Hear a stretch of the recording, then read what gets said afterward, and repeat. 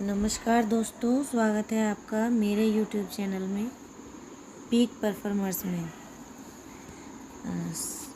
कैसे हैं आप सभी लोग? आशा है कि आप सभी अच्छे होंगे। सबसे पहले तो मैं आपसे माफ़ी मांगना चाहूँगी कि 1 मंथ से मैंने कोई वीडियो नहीं डाली है, तबीयत के ख़राब होने के कारण। मेरा स्वास्थ्य अच्छा नहीं चल रहा था, लेकिन अब हमें कोई लापरवाही नहीं करनी है और पढ़ाई के स्तर को और ऊपर ले जाना है, क्योंकि आयोग के अध्यक्ष नियुक्त हो चुके हैं, कीर्ति पांडे बन चुकी हैं और अब वो पेपर 3 से 4 महीने के अंदर ज़रूर होना है, ये निश्चित है। इसलिए अपना पढ़ाई का स्तर थोड़ा सा बढ़ा दें। मैं भी थोड़ा सा ध्यान रखूँगी।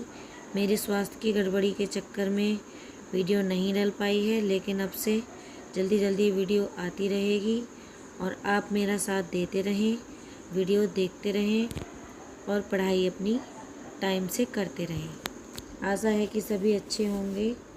तो आज हमने कुछ टॉपिक हिस्ट्री के लिए हैं और कुछ टॉपिक हमने पॉलिटी के लिए हैं।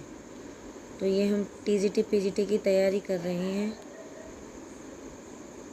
हिस्ट्री में क्वेश्चन नंबर 1 है हमारा, इतिहास का पिता किसे कहा जाता है? इतिहास का पिता किसे कहा जाता है? तो इसका राइट आंसर है हमारा हेरोडोटस। इसका राइट आंसर क्या है हमारा? हेरोडोटस। क्वेश्चन नंबर 2 है हमारी स्क्रीन पर। क्वेश्चन नंबर 2 है हमारी स्क्रीन पर।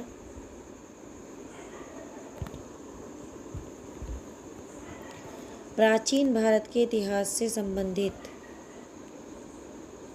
प्राचीन भारत के इतिहास से संबंधित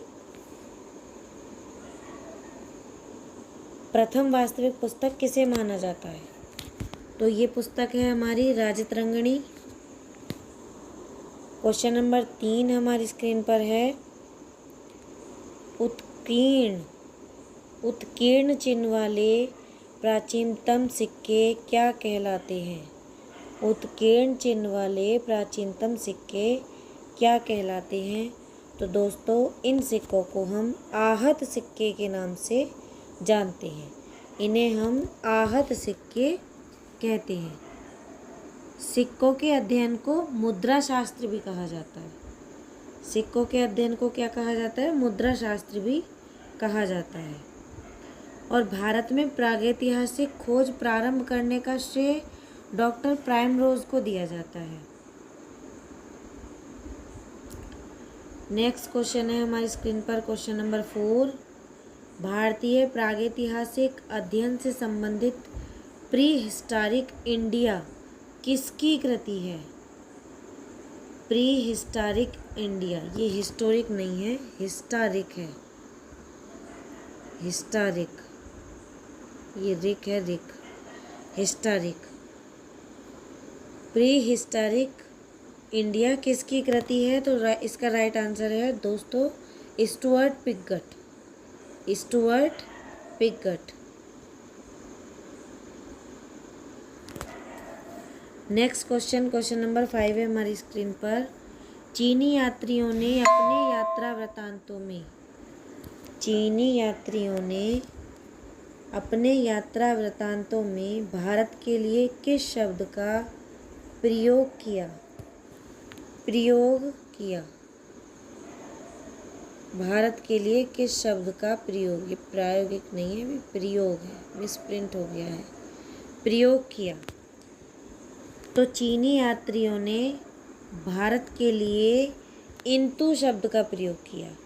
किस शब्द का प्रयोग किया? इंतु शब्द का प्रयोग किया। नेक्स्ट क्वेश्चन है हमारी स्क्रीन पर, क्वेश्चन नंबर 6। उत्कीर्ण लेखों के अध्ययन को क्या कहा जाता है? उत्कीर्ण लेखों के अध्ययन को क्या कहा जाता है? तो दोस्तों, उत्कीर्ण लेखन के अध्ययन को अभिलेख शास्त्र कहा जाता है। क्या कहा जाता है? अभिलेख शास्त्र। लिपियों के विकास के अध्ययन को पुरालिपि विद्या भी कहा जाता है मतलब। नेक्स्ट क्वेश्चन है हमारी स्क्रीन पर, क्वेश्चन नंबर 7। प्राचीन भारत का सर्वप्रथम सुनियोजित इतिहास किसने तैयार किया? क्वेश्चन नंबर 7 है, प्राचीन भारत का सर्वप्रथम सुनियोजित इतिहास किसने तैयार किया? तो इसका राइट आंसर होगा हमारा वी स्मिथ ने, V.S. स्मिथ ने। नेक्स्ट क्वेश्चन है हमारी स्क्रीन पर, क्वेश्चन नंबर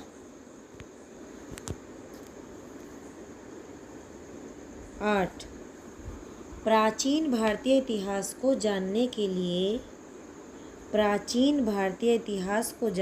लिए किन स्रोतों का प्रयोग किया जाता है? तो इसका राइट आंसर होगा धार्मिक ग्रंथ, ऐतिहासिक ग्रंथ, पुरातात्विक साक्ष्य तथा विदेशी विवरण। इनके द्वारा हम भारत के इतिहास को जानते हैं। जो हमारा भारतीय इतिहास है वो 3 तत्वों में बटा है। प्रागैतिहासिक काल 3 कालों में, आद्य ऐतिहासिक काल और ऐतिहासिक काल। तो प्रागैतिहासिक काल है मानव उत्पत्ति से 300 ईसा पूर्व तक। प्रागैतिहासिक काल का क्या समय है? मानव उत्पत्ति से 3000 ईसा पूर्व तक। और आद्य ऐतिहासिक काल की जो समय सीमा है वो 3000 ईसा पूर्व से 600 ईसा पूर्व तक। ऐतिहासिक काल की जो समय सीमा है वो 600 ईसा पूर्व से आगे तक। पुरातात्विक प्रागैतिहासिक काल में पुरातात्विक साक्ष्य अध्ययन का एकमात्र स्रोत है, क्योंकि लिखित साक्ष्य इनका कोई उपलब्ध नहीं है, कोई लिखित साक्ष्य उपलब्ध नहीं है। 3000 ईसा पूर्व आद्य ऐतिहासिक काल के लिखित साक्ष्य उपलब्ध हैं, लेकिन अपठनीय हैं, वो पढ़ने में नहीं आते। और ऐतिहासिक काल के जो हैं पुरातात्विक एवं साहित्यिक दोनों प्रकार के साक्ष्य उपलब्ध हैं, यानी कि लिखित भी हैं और पठनीय भी हैं, तो दोनों प्रकार के उपलब्ध हैं। नेक्स्ट क्वेश्चन नंबर 9 है हमारी स्क्रीन पर। ब्रह्मलिपि को सर्वप्रथम किस विद्वान ने पढ़ा था? ब्रह्मलिपि को सर्वप्रथम किस विद्वान ने पढ़ा था? तो इसका राइट आंसर है जेम्स प्रिंसेप। ये प्राइसेप नहीं है, प्रिंसेप है, प्रिंसेप, जेम्स प्रिंसेप। और 1831 नहीं, 1837 ईस्वी में, 1837 में। ये मिस प्रिंट हो गया, इसको नोट कर लीजिएगा। 1831 नहीं, 1837 ईस्वी में। अब नेक्स्ट क्वेश्चन है हमारी स्क्रीन पर, क्वेश्चन नंबर 10। भारत प्राचीनतम ग्रंथ वेदों का संकलनकर्ता किसे माना जाता है? भारत प्राचीनतम ग्रंथ वेदों का संकलनकर्ता किसे माना जाता है? तो इसका राइट आंसर होगा महर्षि कृष्णद्वैपायन। महर्षि कृष्णद्वैपायन, वेदव्यास जी, जिनको वेदव्यास जी के नाम से जाना जाता है। इनके बचपन का नाम कृष्णद्वैपायन था, और जब इन्होंने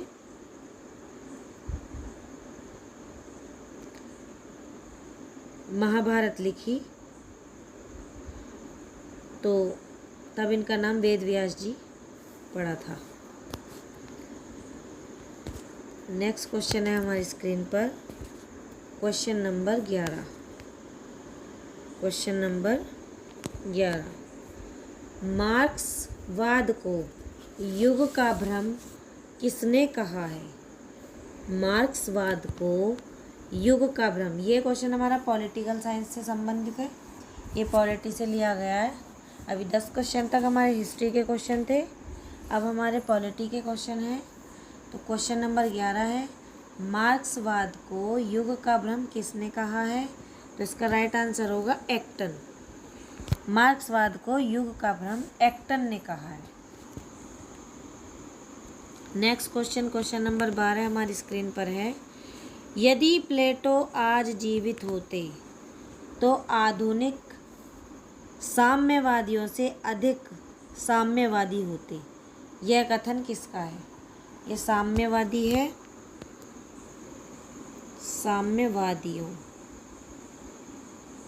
साम्यवादियों से अधिक साम्यवादी होते। यह कथन मैक्सी का है। किसका है ये कथन? मैक्सी का है।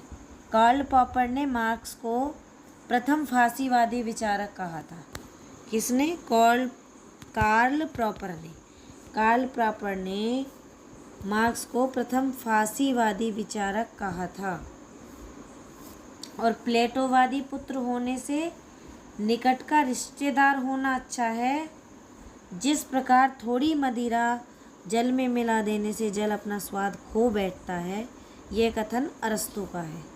अरस्तु ने कहा था। वैसे तो अरस्तु के गुरु थे प्लेटो, लेकिन कुछ चीज़ें ऐसी थीं जिनसे वो नाखुश रहते थे प्लेटो से, तो उन्होंने प्लेटो के लिए एक स्टेटमेंट दी थी कि प्लेटोवादी पुत्र होने से निकट का रिश्तेदार होना अच्छा है।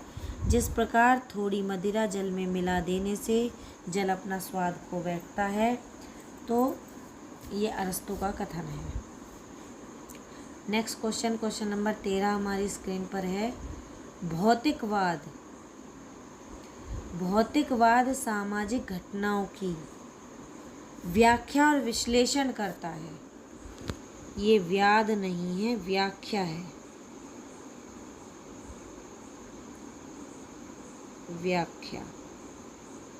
व्याख्या और विश्लेषण करता है।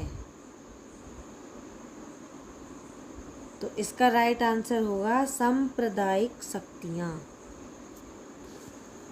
क्या होगा इसका राइट आंसर? सांप्रदायिक शक्तियाँ। भौतिकवाद और सामाजिक घटनाओं की व्याख्या और विश्लेषण सांप्रदायिक शक्तियाँ करती हैं। नेक्स्ट क्वेश्चन है हमारी स्क्रीन पर, क्वेश्चन नंबर 14, संयुक्त राष्ट्र संघ के वर्तमान महासचिव हैं। संयुक्त राष्ट्र संघ के वर्तमान महासचिव हैं एंटोनियो गुटेरेस। कौन है? Antonio Guterres. ये पुर्तगाल के रहने वाले हैं। कहाँ के रहने वाले हैं ये? पुर्तगाल के रहने वाले हैं। और सचिव की जो नियुक्ति की जाती है, महासचिव की, वो 5 वर्ष के लिए की जाती है, महासभा द्वारा की जाती है। और जो एंटो गुटेरस जो बने थे, ये 1 जनवरी 2017 को अनुमोदन में आया और पुनर्विचार के लिए पात्र हो गया। पुनर्विचार के लिए पात्र है। तो इसका राइट आंसर होगा एंटोनियो गुटेरस। नेक्स्ट क्वेश्चन हमारी स्क्रीन पर है, क्वेश्चन नंबर 15, संसदीय सरकार का सबसे महत्वपूर्ण लक्षण है। ये मिसप्रिंट हो गया, महत्वपूर्ण लक्षण है। महत्वपूर्ण लक्षण है। संसदीय सरकार का सबसे महत्वपूर्ण लक्षण है। तो इसका राइट आंसर होगा दोस्तों, कार्यपालिका का विधायिका के प्रति, कार्यपालिका का विधायिका के प्रति सामूहिक उत्तरदायित्व। ये विलियम सिद्धांत पर आधारित होता है। और कार्यपालिका, संसदीय सरकार का सबसे महत्वपूर्ण लक्षण है कार्यपालिका और विधायिका। जो कार्यपालिका के सदस्य हैं वो विधायिका के होते हैं, जो विधायिका के सदस्य हैं वो कार्यपालिका के होते हैं। नेक्स्ट क्वेश्चन है क्वेश्चन नंबर 16 हमारी स्क्रीन पर, अध्यक्षतम प्रणाली में क्या होता है? सरकार संसद से पूर्ण रूप से अलग हो जाती है। अध्यक्षतम प्रणाली में क्या होता है? सरकार संसद से पूर्ण रूप से अलग हो जाती है। कार्यपालिका, विधायिका, शक्ति पृथक्करण कहते हैं, जिसे शक्ति पृथक्करण कहते हैं, पूर्ण रूप से स्वतंत्र हो जाती है। और इसे राष्ट्रपति शासन प्रणाली भी कहा जाता है। और इसे क्या कहा जाता है? राष्ट्रपति शासन प्रणाली भी कहा जाता है। नेक्स्ट क्वेश्चन हमारे स्क्रीन पर है, क्वेश्चन नंबर 17। ईश्वर जिसने हमें जीवन प्रदान किया, उसी समय उन्होंने स्वतंत्रता भी प्रदान की। यह कथन किसका है? ईश्वर जिसने हमें जीवन प्रदान किया, उसी समय उन्होंने स्वतंत्रता भी प्रदान की। यह कथन किसका है? तो यह कथन जेफरसन का है। जेफरसन